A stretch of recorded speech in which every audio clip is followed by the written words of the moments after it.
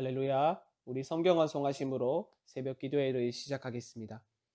너희는 사도들과 선지자들의 터 위에 세우심을 입은 자라. 그리스도 예수께서 친히 모퉁이 돌이 되셨느니라. 그의 안에서 건물마다 서로 연결하여 주 안에서 성전이 되어가고 너희도 성령 안에서 하나님이 거하실 처소가 되기 위하여 그리스도 예수 안에서 함께 지어져 가느니라. 아멘. 하나님의 말씀은 누가복음 8장 40절에서 56절의 말씀입니다. 제가 읽을 때에는 43절에서 48절까지 읽도록 하겠습니다. 이에 12회를 혈루증으로 앓는 중에 아무에게도 고침을 받지 못하던 여자가 예수의 뒤로 와서 그의 옷가에 손을 대니 혈루증이 즉시 그쳤더라. 예수께서 이르시되 내게 손을 댄 자가 누구냐 하시니 다 아니라 할 때에 베드로가 이르되 주여 무리가 밀려들어 미나이다. 예수께서 이르시되 내게 손을 댄 자가 있도다. 이는 내게서 능력이 나간 줄 알미로다 하신대. 여자가 스스로 숨기지 못할 줄 알고 떨며 나와 엎드리어 그 손댄 이유와 곧 나은 것을 모든 사람 앞에서 말하니 예수께서 이르시되 딸아 내 믿음이 너를 구원하였으니 평안히 가라 하시더라. 아멘. 우리는 계속해서 예수님이 행하신 치유 사역들을 살펴보고 있습니다. 오늘 본문은 두 치유 사건을 우리에게 보여주는데요. 첫 번째는 혈루증을 앓고 있는 여인의 치유와 두 번째는 회당장 야이로의 죽은 딸을 살리는 사건입니다. 이 두 사건은 각각 여인의 믿음과 야이로의 믿음을 강조하고 있는데요. 먼저 혈루증을 앓은 여인의 믿음에 대해서 생각해 보도록 하겠습니다. 회당장 야이로의 부탁을 들은 예수님은 무리와 함께 야이로의 집으로 향했습니다. 하지만 소수가 아니었습니다. 42절 하반절은 예수께서 가실 때에 무리가 밀려들더라 라고 말하는데 여기서 밀려들었다의 의미는 숨통을 막았다의 의미입니다. 그러니까 숨통이 막힐 정도로 굉장히 많은 사람들이 예수님을 에워싸고 있었음을 알 수 있죠. 그런데 이때에 수많은 인파들을 뚫고 한 여인이 예수님을 향하여 달려왔습니다. 하지만 문제는 이 여인이 결코 평범한 사람이 아니었다는 것이죠. 바로 혈루증을 앓고 있었던 여인입니다. 당시 율법은 나병과 마찬가지로 이 혈루증을 부정한 것으로 규정하고 있었습니다. 그렇기 때문에 당시 이 여인은 사회에서 격리되어 혼자 외로이 쓸쓸하게 생활하고 있었습니다. 그것도 몇 개월 또는 몇 년이 아니라 무려 12년 동안 혈루증을 앓고 있었습니다. 그렇기에 그녀가 느꼈을 외로움과 고통, 우리는 결코 상상할 수 없을 것입니다. 온갖 방법을 다 동원하여 병을 고치려 하였지만 아무런 소용이 없었습니다. 그렇게 그 여인은 12년이라는 긴 시간 동안 생명의 위협을 안고 살아왔으며 사회로부터 격리되어 살아왔습니다. 그런 그녀에게 죽은 자를 살리고 귀신을 쫓아내고 병든 자를 치유하는 예수의 소식은 어둠을 비추는 한 줄기의 빛과도 같았습니다. 이 빛이 절망 속에 있던 그녀를 움직이게 만들었고 그녀는 빛을 향하여 무리를 뚫으며 앞으로 나아갔습니다. 하지만 당시 여인의 이런 행동은 돌발적인 행동이며 충격적인 행동이며 자칫 목숨을 잃을 수도 있는 위험한 행동이었습니다. 왜냐하면 율법에 따르면 그녀가 만진 사람은 하루 동안 부정한 사람이 되기 때문입니다. 레위기 15장 27절은 이렇게 말합니다. 그런 것에 닿은 사람은 부정하다. 그는 옷을 빨아입고 목욕을 해야 한다. 그래도 저녁 때가 되어야 부정을 벗는다. 유대 사회에서 부정과 정결은 그 사회를 유지하는 원리였고 유대인의 정체성을 규정하는 표지였기 때문에 여인의 돌발적인 행동은 율법을 위반하는 매우 중대한 범죄였습니다. 그러나 치유의 방법을 눈앞에 두고서 물러나기에는 그녀가 그동안 겪은 그 고통과 수치가 너무나도 컸습니다. 수많은 인파를 뚫고 예수께 도착한 그녀는 그의 옷자락을 만졌고 그 즉시 혈루증이 멈췄습니다. 그리고 예수님이 말씀하셨습니다.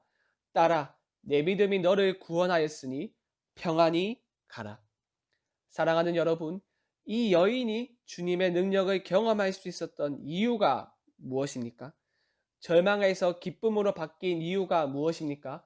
바로 믿음 때문입니다. 믿음.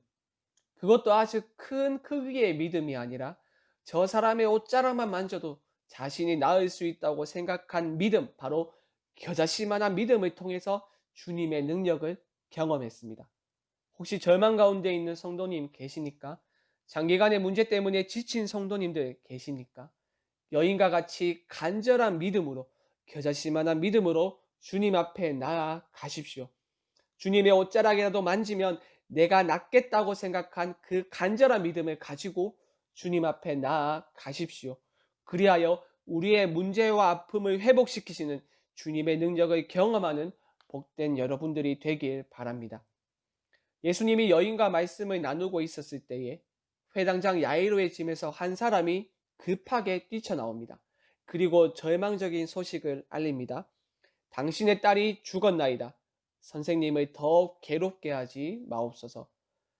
예수님이 혈루증 여인을 만나고 그녀와 대화를 하는 도중에 야이로의 딸은 그만 숨을 거두고 말았던 것입니다. 이 소식을 들은 야이로의 심정이 어떻겠습니까? 깊은 절망과 상실감 뿐이었겠죠. 하지만 야이로의 소망은 거기에서 끝나지 않았습니다. 50절을 보시면 주님은 이렇게 말씀하십니다. 두려워하지 말고 믿기만 하라. 그리하면 딸이 구원을 얻으리라 하시고, 지금 예수님은 야이로의 믿음을 도전하고 계십니다. 주님이 야이로에게 요구하고 계신 것은 혈루증 여인이 가졌던 믿음입니다. 야이로는 혈루증에서 치유받은 여자처럼 주님의 능력을 신뢰해야 하였고, 처음보다 더 강한 믿음으로 주님의 긍휼을 기대해야 하였습니다. 예수님은 베드로와 요한과 야고보와 아이의 부모님과 함께 집으로 들어갔습니다. 집은 이미 죽은 아이를 위하여 울며 통곡하는 사람들이 있었습니다. 이 슬픔 속에서 예수님이 말씀하십니다. 52절 하반절을 보시죠. 울지 말라. 죽은 것이 아니라 잔다. 아이의 죽음에 울고 있던 사람들은 비웃었지만 주님은 이들의 반응에 아랑곳하지 않고 부정한 아이의 손을 잡고 아이야 일어나라 라고 말씀하십니다. 그러자 놀라운 일이 벌어졌습니다.